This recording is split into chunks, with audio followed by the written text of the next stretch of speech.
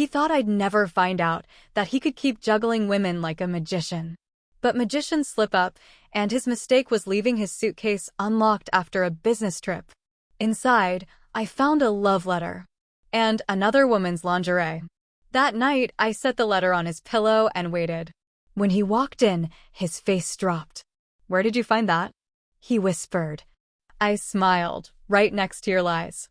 His hands trembled, and that's when he knew the show was over. I never imagined I'd be sharing my story here, but life has a way of throwing curveballs that you just can't dodge. I'm a 38-year-old woman from Chicago, and I've been married to Mark, who's 40, for the past 15 years. We met during our college days at the University of Illinois, and our connection was instant. After graduation, we settled in Chicago, building what I believed was a solid, loving partnership. Mark works as a senior consultant for a prominent firm downtown. His job demands frequent travel, often leaving me alone for days or even weeks. I never questioned his trips. They were part of his profession, and I trusted him completely. While he was away, I kept myself occupied with my career as a graphic designer and took care of our 2 children, Emily and Jake. Our routine was predictable, comfortable, and, I thought, unbreakable. One evening, after putting the kids to bed, I noticed Mark's suitcase still lying by the closet door. He had returned from a business trip to New York the previous night and had left early that morning for the office. It was unlike him to leave his luggage unpacked. He's usually meticulous about these things. Thinking I'd help him out, I decided to unpack for him. As I unzipped the suitcase, a faint, unfamiliar scent wafted up, a mix of floral perfume and something else I couldn't quite place. Curious, I sifted through his neatly folded clothes, searching for the source. That's when I found it. A delicate piece of black lace lingerie, definitely not mine, nestled between his shirts. My heart pounded in my chest as I pulled it out, my mind racing with questions and doubts. Beneath the lingerie, there was an envelope, its contents partially visible. With trembling hands, I slid out a handwritten letter. The words blurred before my eyes as tears welled up, but the message was clear, a passionate confession of love from a woman named Laura. She spoke of stolen moments, whispered promises, and a future she dreamed of with Mark. The letter was dated just a week ago. I felt as if the ground had been yanked from beneath me. The man I had shared my life with, the father of my children, had betrayed me. Anger, sadness, and disbelief surged through me, intertwining in a tumultuous storm of emotions. But amidst the chaos in my heart, a steely resolve took shape. I needed answers, and I needed them now. That night, after putting Emily and Jake to bed, I placed the letter and the lingerie on Mark's pillow. I sat on the edge of the bed, waiting for him to return. The minutes felt like hours, each tick of the clock echoing in the silence of our bedroom. When Mark finally walked in, his face lit up with a smile that quickly faded as his eyes landed on the items awaiting him. He froze in the doorway, the color draining from his face. "Where did you find that?" he whispered, his voice barely audible. I met his gaze, my own eyes burning with unshed tears. "Right next to your lies," I replied, my voice steady despite the turmoil within. His hands trembled as he stepped forward, attempting to explain, to justify the unjustifiable. But I held up a hand, silencing him. "I deserve the truth, Mark. All of it." Over the next hour, he confessed to the affair. He had met Laura during one of his trips to New York. What started as a professional acquaintance had evolved into something more, something forbidden. He spoke of feeling disconnected, of seeking solace in someone else's arms. But his words felt hollow, mere echoes in the vast chasm his betrayal had created between us. In the days that followed, I grappled with the enormity of his infidelity. I sought solace in friends and family, their support a lifeline as I navigated the stormy waters of betrayal. Counseling sessions became a regular part of my routine, offering a space to voice my pain and begin the arduous journey of healing. Mark expressed remorse, pleading for forgiveness, vowing to mend the shattered trust. But some fractures run too deep, some wounds resist healing. After much contemplation, I made the heart-wrenching decision to end our marriage. The foundation we had built our lives upon had crumbled, and no amount of patchwork could restore it.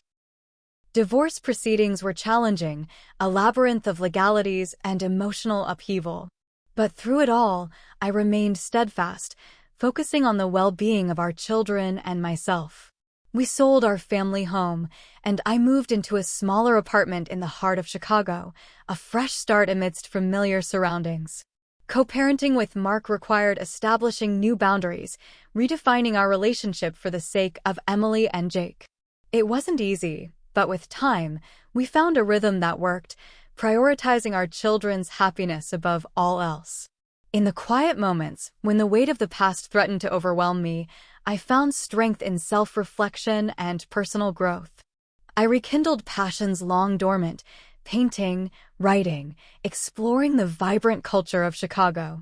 Each day became a step toward rediscovering myself, independent of the roles I had played as wife and mother. Years have passed since that fateful night, and though the scars remain, they serve as reminders of my resilience, my capacity to overcome. Trusting again was a gradual process, but I thought finding the lingerie and letter would be the end of the betrayal. I thought once I confronted him and he confessed, the worst would be over. I was wrong. That was just the beginning. About 3 weeks after Mark moved out, I started noticing strange things. Little things at first, missing packages from my front porch, calls from unknown numbers that would hang up as soon as I answered, and once, someone moved the trash can from the curb back to the side of the house before pickup day. That had never happened before. I figured I was being paranoid, probably just jumpy from everything that had happened. I tried to ignore it. Tried to stay focused on work and keeping life normal for the kids. Then one night, I was putting Jake to bed when I heard a soft knock at the door. It was almost 9 p.m. I wasn't expecting anyone. I looked through the peephole and saw a woman, mid-30s maybe, dark hair pulled back in a sloppy bun, big sunglasses, even though it was nighttime. I didn't open the door. Just called out through it. "Can I help you?" Silence. Then she said something I'll never forget. "You don't know what he's capable of." I froze. "Excuse me?" I asked, voice shaking. She didn't answer.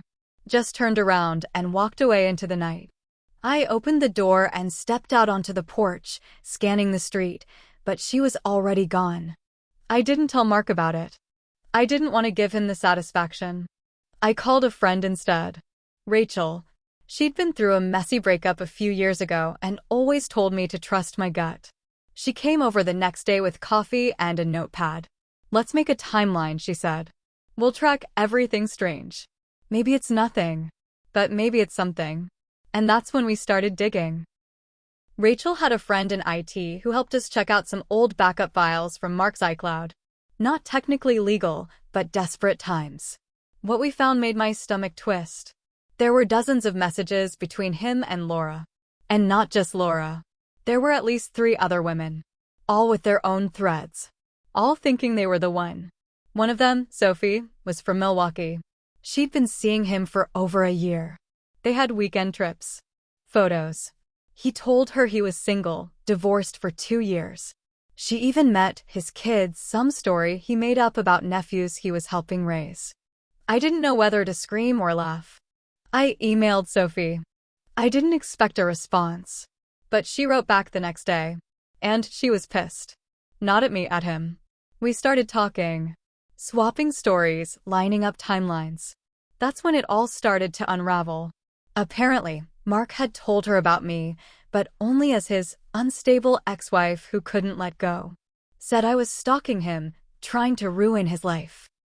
He claimed I planted things in his suitcase to trap him. He was spinning this whole alternate version of reality. That's when something clicked. The woman at my door. The weird calls. The missing packages. This wasn't random. This was him trying to make me look crazy. Gaslight me. Build a case. I called my lawyer. I told her everything. She was calm, took notes, said we might need to file a restraining order if things escalated. That weekend, I got a call from my daughter's school. "Mrs. Daniels, we just wanted to confirm, was Mr. Daniels authorized to pick Emily up early today?" My blood ran cold. I hadn't authorized anything. I'm on my way, I said and hung up. By the time I got there, Emily was sitting with the school secretary, confused and teary-eyed. They said Daddy came with someone else, she whispered. He told me we were going on a trip. But the lady with him wasn't you. He had brought Laura. I was livid. I stormed out of the school and called him, screaming. He didn't even deny it. Just said, Emily needs to know who's going to be in her life now. Not like that, she doesn't, I snapped. I called the lawyer again. We filed to restrict his unsupervised access to the kids immediately. But then things got messy. Laura emailed me. She found my address somehow. Said I was ruining Mark's life. That he was finally happy and that just because he didn't love me anymore didn't mean I had to punish him. I didn't respond. I sent the email to my lawyer. But something about her tone unsettled me. She wasn't just angry. She was unstable. Obsessive. She started tagging me in weird posts online. Making fake accounts. Messaging people I worked with. Then Sophie messaged me again. She said Laura had been messaging her too. Threats. Blaming her for stealing Mark away. Turns out, Mark had told each woman a different story. Played us all against each other. Lied so smoothly it was like second nature. But he'd slipped up. And now we were talking. Me. Sophie. And eventually, even a fourth woman, Kayla, from San Diego. She was younger. Barely 27.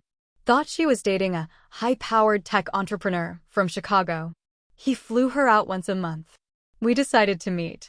All of us. In person. In a diner near Navy Pier. It was awkward at first. Then it turned electric. Story after story. Date overlaps. Shared photos. Screenshots. Timeline after timeline, we pieced together everything. And then we decided we were going to expose him. Not online. Not for drama. Legally. But just as we were gathering what we needed, Laura disappeared. Like, vanished. Her social media accounts gone. Her phone disconnected. Mark told the kids she'd moved to Europe. But Sophie got a tip. From an old coworker of Mark's. Laura didn't move. She'd been in a car accident. No one knew much. There were whispers that she was driving alone, speeding, swerving across lanes. And then came the rumor she'd been following someone. Tailgating another car for miles before the crash. The police didn't pursue it. But I had a sinking feeling I knew who she was following. Me. And now I couldn't shake the thought. What if this wasn't just about cheating? What if it never was? I couldn't shake that feeling like something wasn't adding up. Laura's sudden disappearance, the timing, the accident, it was all too convenient. And as much as I hated to admit it, part of me wondered, was Mark behind it? I started digging. Quietly. I asked Rachel to help again. She's not a detective, but she's one of those people who can find anything online with just a name and a phone number. We tracked down a police report from the night of Laura's crash. The location? Route 59, just outside Naperville. The car? Registered to Laura, but it had been rented just 3 days earlier. That was weird, considering she owned a brand new Lexus. Why rent a car in her own city? And then, this is where it gets crazy, we found a traffic cam photo. Rachel called me at 2 a.m. Sarah, you need to see this. It was grainy, but clear enough. The timestamp matched the night of the crash. 2 cars. One tailing the other closely. The second car? A black BMW with a dent in the side. Mark drove a black BMW. It didn't prove anything.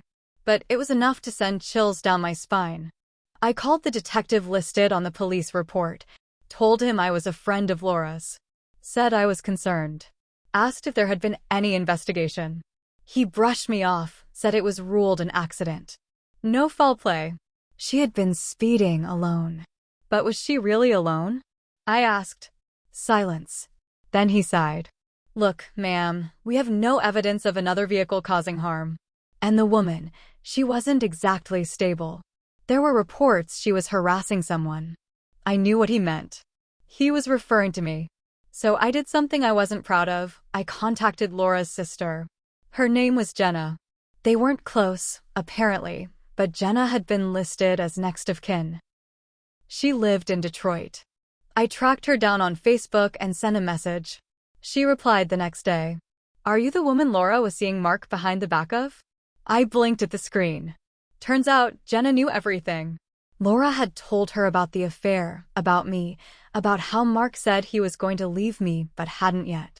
She said Laura had started acting paranoid toward the end, talking about someone following her. That she didn't feel safe. That she thought Mark was watching her. Jenna even told me Laura had mentioned being pregnant. That made my stomach drop. Pregnant? None of us, me, Sophie, Kayla, knew about that. I hung up the phone, heart racing. Then I called Sophie. She didn't say anything for a second. Then she whispered, what if he knew? What if that's why she's gone? Things escalated after that. One night, I came home late from work. The apartment was dark. Kids were with their dad for the weekend. I unlocked the door and walked in. And immediately knew something was off. My bedroom window was open. I never leave it open. Never. I walked in slowly. Everything looked normal, but something felt wrong. I checked my drawers, my files, my safe. Nothing missing except one thing, the backup USB Rachel had made of all the messages between Mark and the other women. Gone. Not misplaced. Gone.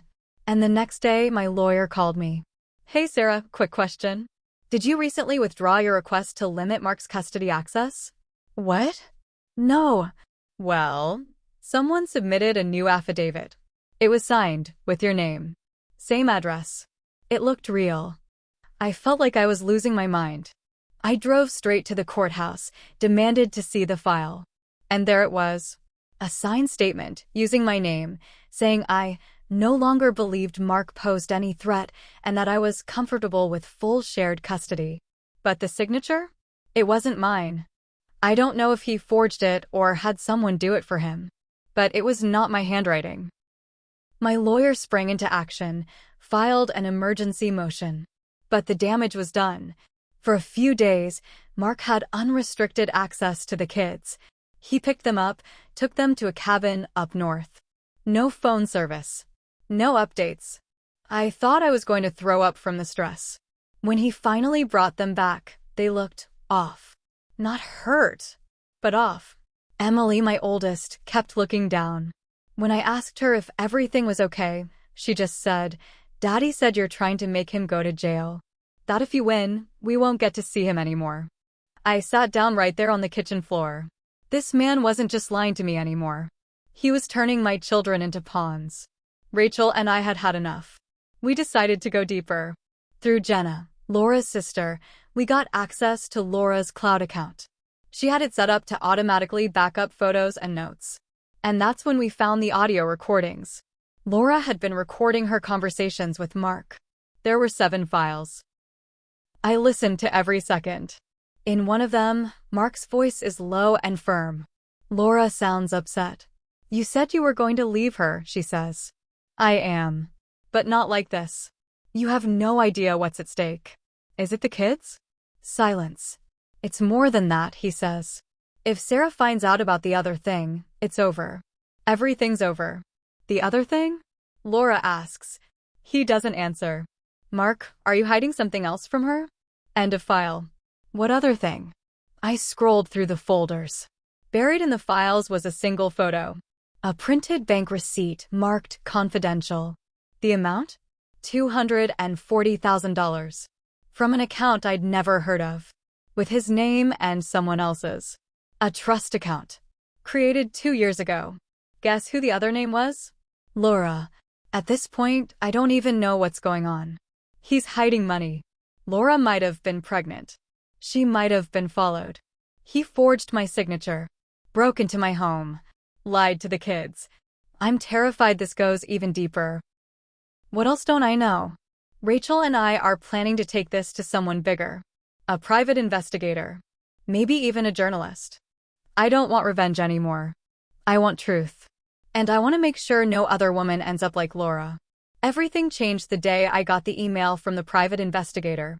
We'd hired him quietly. His name was Manny, mid-50s, ex-cop, no-nonsense guy with a graying mustache and a voice like gravel. He didn't waste time with small talk. just sent me a file labeled Final Report. Inside were photos, bank records, audio snippets, and a summary that made my heart stop. Mark had been planning to leave the country. Not just him with the kids. The secret trust fund? That was a buy-in for a property in Belize. Offshore account. No co-signers. The application listed him as divorced and the kids as relocating dependents. There was even a date, June 14th. 3 weeks away. It wasn't just cheating. It wasn't even just manipulation anymore. This man was planning to take my children and disappear. I forwarded the report to my lawyer, to Rachel, and after a long night of crying, to Sophie, who was still helping from her end. We agreed we had to confront him. Not in private. Not in a courtroom. But somewhere he couldn't hide. So I waited. I knew exactly where he'd be, at the annual parent fundraiser at the kids' school. It was a crowded event. Teachers, parents, the principal. He was wearing that fake smile he always put on in public, shaking hands and acting like he didn't have secrets worth a prison sentence. Rachel and I walked in together. I had the file in my bag, printed and stapled, and a copy on my phone, just in case. He saw me and froze. Sarah, he stuttered. Didn't think you'd be here tonight. No, I said, loud enough for a few heads to turn. You probably thought I'd be home, packing for Belize. His eyes darted. Can we not do this here? I stepped closer. You were going to take them. Disappear. Start over. Don't, Mark, stop. You don't get to control this anymore. People around us had gone quiet. Someone turned off the music. I pulled out the papers and handed them to the principal. This man was planning to kidnap our children. Gasps. Planning to disappear with them to Belize. After draining our accounts. After convincing everyone that I was the unstable one. The principal's face went pale. Mark tried to grab the folder, but Rachel blocked him. This is crazy, he muttered, sweating. You're all overreacting. Then a voice came from behind. You told me she gave up custody. That she was violent. It was Sophie. She'd flown in that morning. We'd kept it secret. You told me Laura was threatening you. That she crashed her car on purpose. He turned toward her, face red. Sophie, she cut him off. You lied to all of us. Used us. And Laura, she's gone because of you. His voice cracked. That wasn't my fault. The principal stepped forward. Mr. Daniels, I think you should leave. He looked around. Everyone was watching. Then, for the first time, he broke. He sank into a chair, buried his face in his hands. He didn't cry. He just sat there, silent. The police weren't called that night, but the lawyer filed for emergency custody the next morning. The court sided with me. Temporary full custody was granted. His passport and travel rights were revoked. The fallout was massive. Parents whispered. His firm put him on leave. Sophie cut all ties. Kayla went silent, probably humiliated. And me? I was shattered, but standing. I spent weeks in a haze. Half relief, half grief. I didn't want to admit it, but I still mourned the version of Mark I thought was real. The man I married. The father I thought he could be. I watched the kids carefully. Emily stopped asking questions. Jake was clingier. I talked to them gently, honestly, telling them the truth in age-appropriate pieces. That Daddy made bad choices. That I would always keep them safe. Rachel stayed by my side. So did my lawyer, who told me she hadn't seen a case this twisted in years. The final time I saw Mark in person, we were sitting in mediation. He looked thinner. Tired. He didn't argue anymore. Just signed the papers and avoided my eyes. As we stood to leave, I paused. You almost got away with it, I said. I wasn't going to hurt them, he replied. You already did, I said. And walked out. Now, months later, life is calmer. Not fixed. Not healed. But quiet. The kids laugh again. I sleep through the night more often. I went back to painting. Even started seeing a therapist. Not just for the trauma, but to understand why I didn't see the signs. Sometimes I wonder if Laura knew what she was getting into. Sometimes I think she tried to warn me too late. Sophie and I still talk. She says she's not ready to date again. I get it. Me neither. But we're here. Breathing. living, telling the truth. If there's one thing I've learned, it's this: monsters don't always look like monsters. Sometimes they look like husbands, fathers, partners. Sometimes they smile and tell you you're crazy until you prove you're not. And now? Now I'm nobody's magic trick.